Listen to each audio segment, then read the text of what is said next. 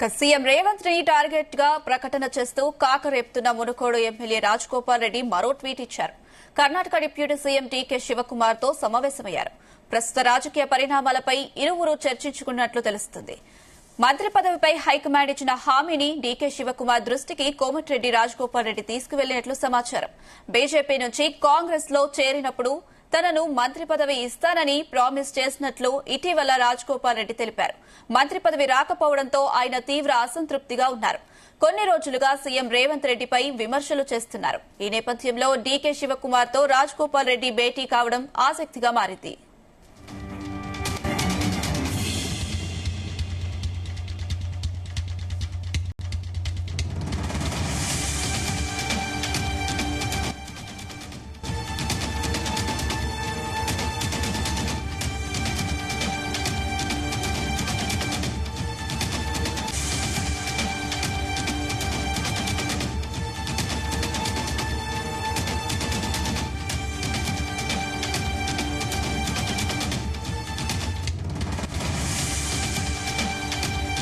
Karnataka deputy CM DK Shivakumar తో Munugode MLA Rajagopal Reddy భేటీ అయ్యారు.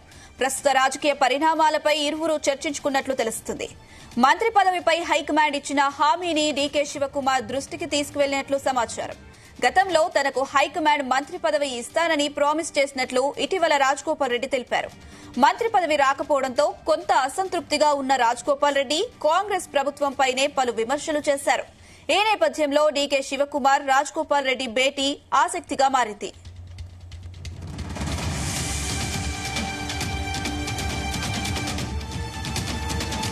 ఇదే అంశానికి సంబంధించి మరిన్ని అప్డేట్స్ మా చీఫ్ న్యూస్ కోఆర్డినేటర్ రాధాకృష్ణ అందిస్తారు. S Radhakrishna. Good evening Anusha.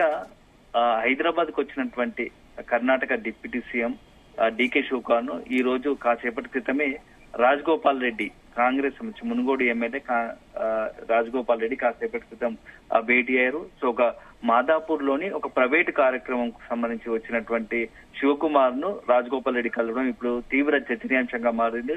ఒకవైపు రాష్ట్రానికి సంబంధించినటువంటి కీలక నేతలు, మంత్రులు, కాంగ్రెస్ కి సంబంధించిన ముఖ్య నాయకులంతా కూడా బీసీలకు సంబంధించి రిజర్వేషన్ అంశంపై ఢిల్లీలో పోరుబాటకెక్కారు. సో జంతర్ మంతర్ దగ్గర ధర్నా నిర్వహిస్తుంటే అంతా అక్కడ ఉన్న క్రమంలో ఇప్పుడు ఈ రోజు రాజగోపాల్ రెడ్డి మరొకసారి బయటకు వచ్చి ఒక వైపు మార్నింగ్ మధ్యాహ్నము ప్రెస్ మీట్ పెట్టడము, ఇప్పుడు సాయంత్రము డీకే శివకుమార్ తో భేటీ కావడం పైన రాజకీయ వర్గాలతో పాటు మొత్తంగా కూడా చాలా ఆసక్తికర చర్చ జరుగుతా ఉంది.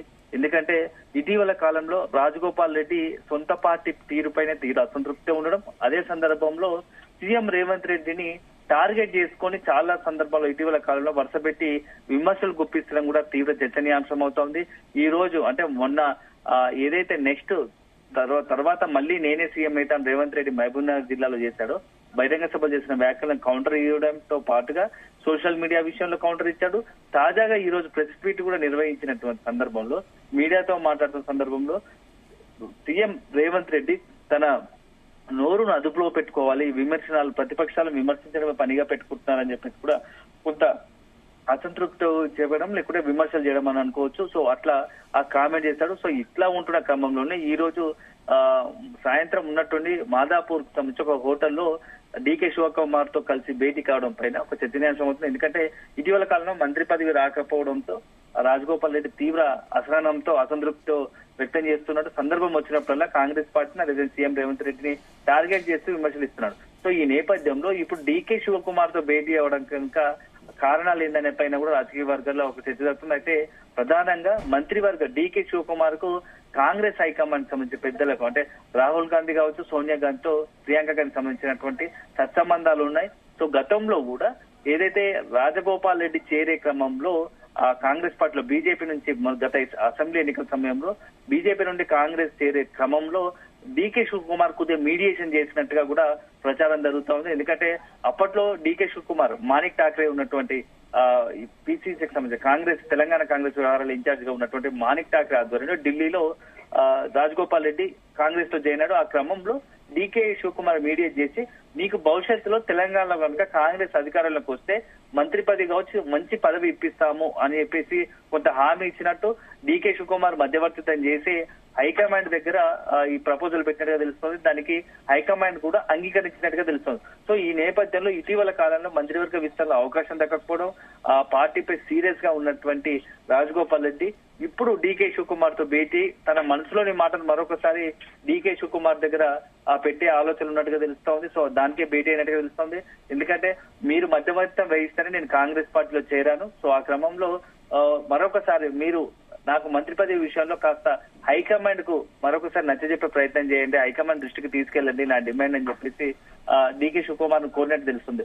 అయితే ఇక్కడ మరొక ఆసక్తికర అంశం ఏంటంటే ఇప్పటికే కర్ణాటకలో ఇటు సిద్దిరామయ్య కావచ్చు, సీఎం సిద్దిరామయ్య కావచ్చు, అదేవిధంగా ఇప్పుడు డిప్యూటీ సీఎం గా ఉన్నటువంటి డీకే శివకుమార్ ఇద్దరి మధ్య సీఎం పీఠం కోసమే ఒక రకమైన కోల్డ్ వార్ జరుగుతా ఉంది.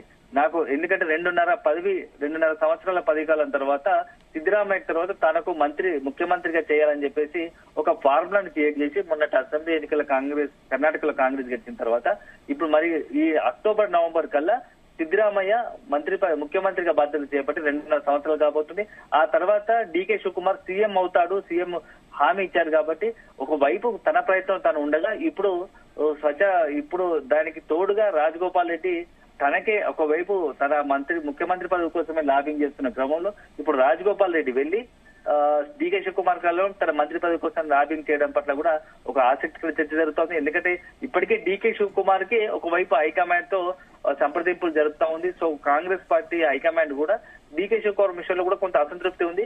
ఆల్రెడీ మేము చెప్పినా కూడా కొంత మాపై ఒత్తిడి తీసుకొచ్చే ప్రయత్నం చేస్తుందని చెప్పేసి డీకే శివకుమార్ పైన కొంత అసంతృప్తిలో ఉంది. ఈ నేపథ్యంలో ఇప్పుడు డీకే శివకుమార్ తో రాజగోపాల్ రెడ్డి భేటీ అవడం ఇవన్నీ కూడా రాజకీయ వర్గాల్లో భవిష్యత్తులో ఎలాంటి కొంత సంచలనాలకు కేంద్ర బిందువుగా మారబోతుందా అంటే కర్ణాటక ఇటు తెలంగాణ రాజకీయాల్లో కీలక వ్యక్తిగా ఉన్నటువంటి డీకే శివకుమార్ ఇప్పుడు రాజగోపాల్ రెడ్డితో భేటీతో నెక్స్ట్ భవిష్యత్తు రాజకీయాల్లో ఏదైనా పెను సంచలనం జరిగేందుకు ఒక అవకాశం ఉంటుందా అని చెప్పేసి కూడా ఒక చర్చ జరుగుతోంది. ఎందుకంటే ఈ అసంతృప్తులంతా కూడా ఏకమైతే భవిష్యత్తులో ఇటు తెలంగాణ కావచ్చు, అదే విధంగా కర్ణాటకలో కావచ్చు. ఎందుకంటే సౌత్ లో దక్షిణాంధ్రలో ఇప్పుడు కాంగ్రెస్ అధికారంలో 2 రాష్ట్రాలు కర్ణాటక, ఆంధ్రప్రదేశ్. సో కర్ణాటక, తెలంగాణ. సో ఈ 2 రాష్ట్రాలకు సంబంధించి ఇప్పుడు మొత్తంగా కూడా రాజకీయ వర్గాల్లో ఒక ఆసక్తికర చర్చ జరుగుతా ఉంది. సో డీకే శివకుమార్ ఇప్పుడు రాజగోపాల్ రెడ్డి భేటీ పైన కూడా ఇది కేవలం తాత్కాలికంగా యాదృచ్ఛికంగా భేటీ కాదు, దీని వెనుక ఏదైనా వేరే ఇతర కారణాలు ఉన్నాయని కూడా ఒక చర్చ లేకపోలేదు. ఎందుకంటే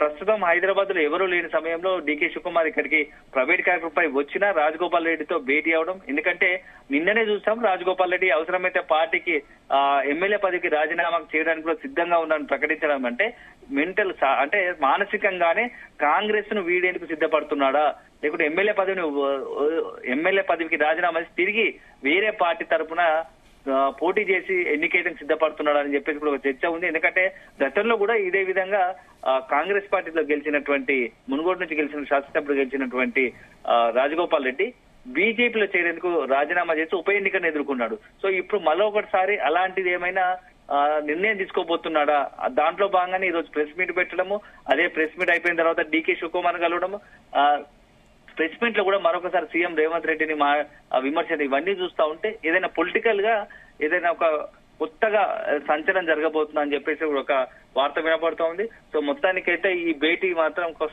రాజకీయ వర్గాల్లో ప్రాధాన్యత భేటీగా మనం చెప్పుకోవాల్సి ఉంటుంది. Anusha. Right Radhakrishna, thank you.